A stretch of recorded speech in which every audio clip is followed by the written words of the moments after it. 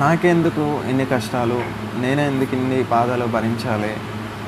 నేనెందుకు అందరిలాగా బ్రతకలేకపోతున్నాను? ఈ సమస్యలను ఎందుకు ఎదుర్కోవాలి? నేనెన్ని పుణ్యాలు చేసినా, ఎన్ని దేవస్థానాల్లో తిరిగినా, ఎన్ని పూజలు చేసినా నాకు మంచి జరగట్లేదు. మరి ఇప్పుడేదన్నా మతం మారితే మంచి జరుగుతుందంటే అక్కడ గూడా ఇలాగే ఉంటుంది. ఏమీ మారదు స్వామి. ఎందుకంటే మనం గత జన్మలో చేసుకున్నటువంటి కర్మఫలాలు మనకి ఈ జన్మలో ఈ విధంగా ఉంటుంది. అంటే మనం మంచి చేసుకుంటే మంచి ఫలితం, చెడు చేసుకుంటే చెడు ఫలితం. అలాగే మన జీవితం ఆధారపడి ఉంటుంది.